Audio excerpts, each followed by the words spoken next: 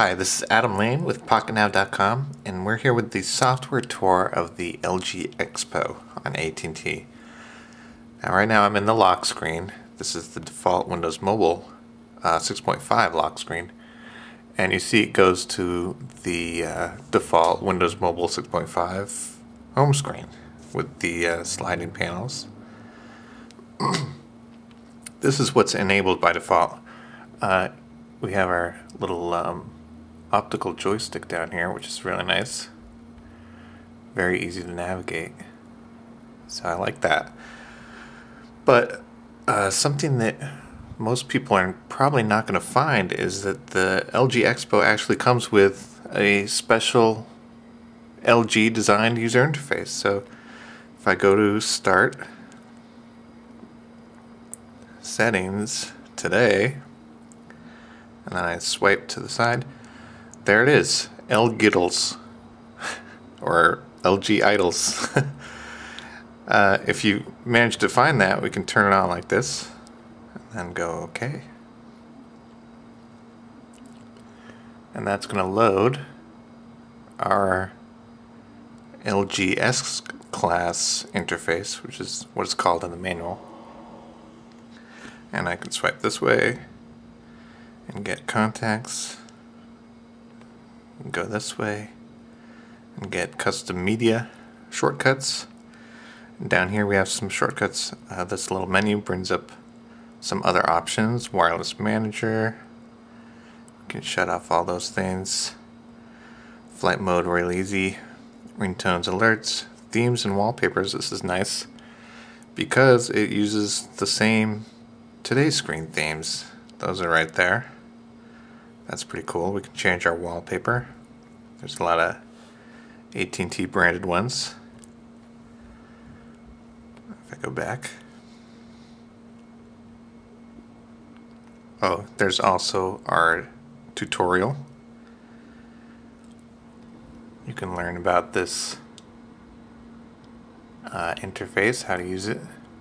This will come on actually when you first turn on the LG Idols Giddles interface, and you can learn about how to use it. There's little dots are making our buttons press. I can skip ahead. There's the LG menu. You can rearrange icons.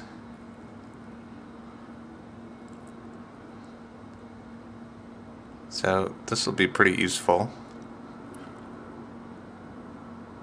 for learning. Had enough? Okay. And let's get out of there.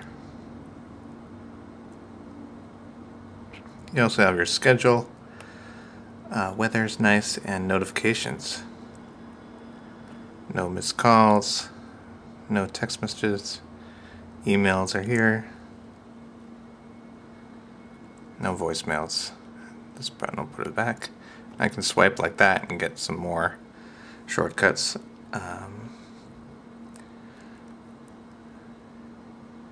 This LG menu is another new thing. These are all rows of icons that slide around. And down here are our settings. Let's go to fingerprint sensor. This only controls the optical joystick properties of the fingerprint sensor. It's not an actual fingerprint recognition settings. But if you happen to go to phone settings, which you would think would be related to the phone, there's actually themes and wallpaper here and backlight. All sorts of options, not really phone related. But here we have a lock. If I turn it on, you can go to detail, and I gotta swipe my finger. I can register fingerprints. I already have some registered, and now that's on, if I go to lock it, by holding down the end call button. Now I have to scan a fingerprint to log in. Now if I use one that is not registered, it doesn't let me open the phone.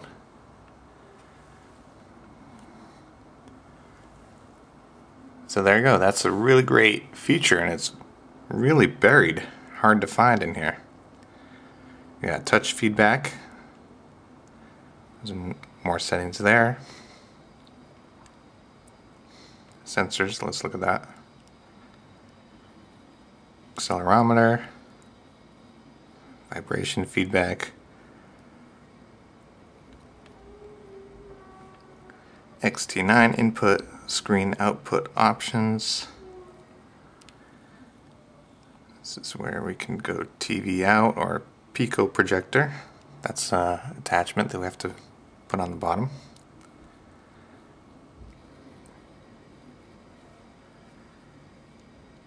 And Bluetooth. Now you'll notice this has kind of a Windows Mobile 6.5.3 interface design, and it's very similar to the Bluetooth stack that HTC is using, which is a good thing and a bad thing. A bad thing because it breaks most programs that need to use Bluetooth, but a good thing since we have a finger-friendly interface. It's kind of nice looking. And got some other features like PC remote. So let me go back to our start menu. Speaking of Bluetooth, we have voice command on here. It's version 1.6.2, and it does work a lot better than the Touch Pro 2. If I press the button on my Bluetooth headset, it will activate voice command fairly quickly. However, because this Bluetooth software is the non-standard version, voice command is not able to announce notifications through the Bluetooth headset, which is really annoying. Even if you set the options like this, it doesn't work. Okay, so you saw the LG menu. I'm going to press a button on the side right here. This is the multitasking task switcher button, which is really nice because we can go quickly to other programs.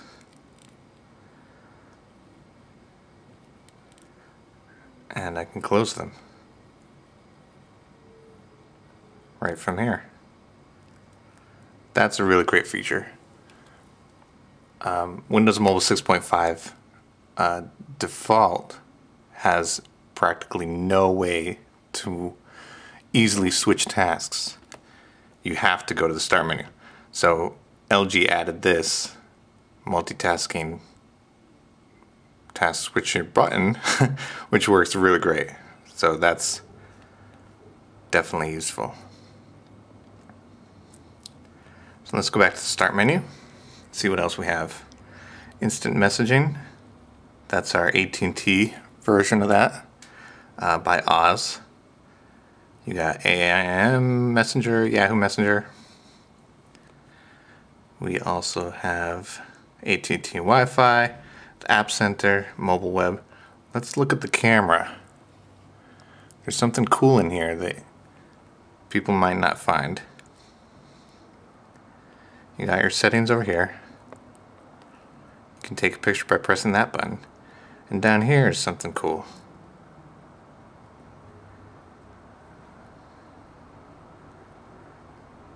See how I can flip through these pictures? I can flick to the side.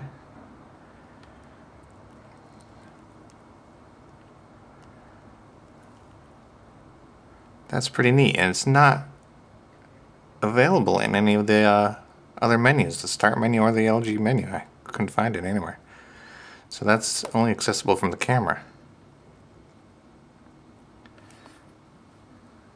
Let's see what else we got. Marketplace, AT&T Navigator, of course. App Center, we already said that. Apps, we have, these are mostly widget type apps. two versions of weather. Wikipedia, MSN Mobile. There you go.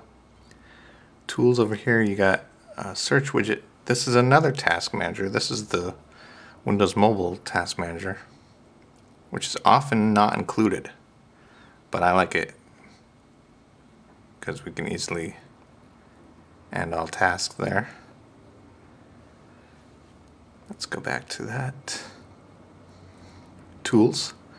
Sprite Backup is a nice inclusion. Mobile Zip.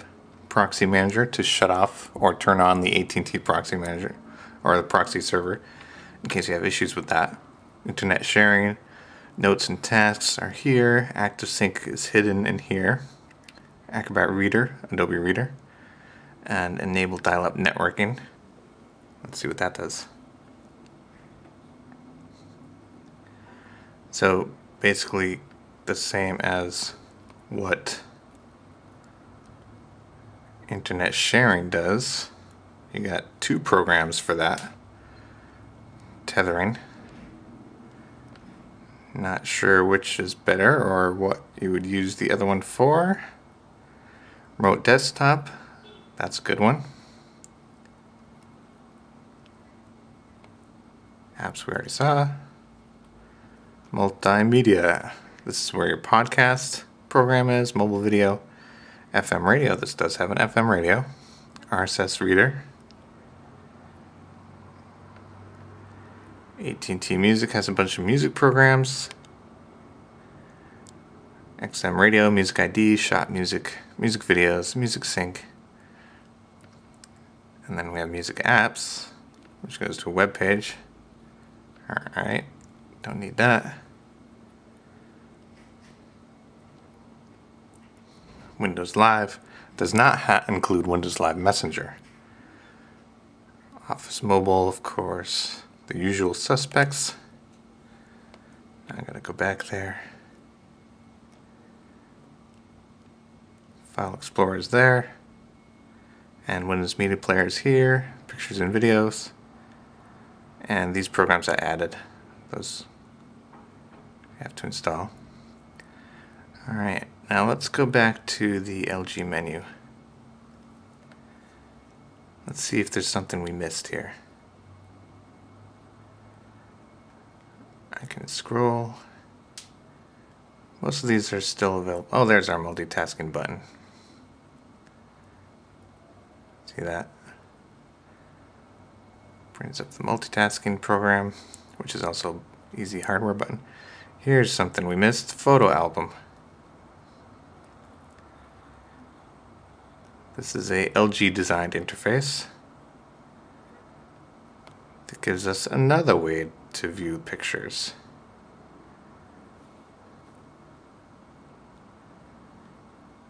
Alright, what's my multimedia? Another program we missed.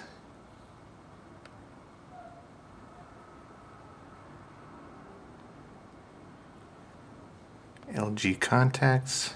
This is another different program. Different from normal contacts. We have big buttons and you can flick through. And you got a big scroll bar here.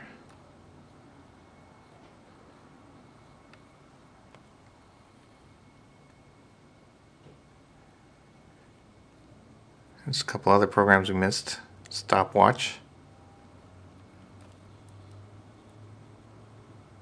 And tip calculator. Woohoo!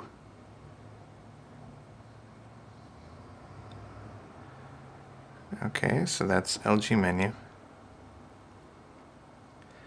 Now another thing I'm going to show you. When I go to landscape mode, this is all you get. You don't in the LG S-Class interface. So not many options here, but we have hardware keys for accessing the start menu. But I can't type something and jump quickly to a specific program. That's disabled by Windows Mobile 6.5. They removed that, unfortunately. And if I go to a program, normally with a keyboard interface, I can see underlined letters here that allow me to jump quickly to a specific menu item, but that seems to be gone here. However, if I type the letter, if I know what the letter is, I can activate those menu items. See, it's just that the mnemonics are invisible to the user, unfortunately.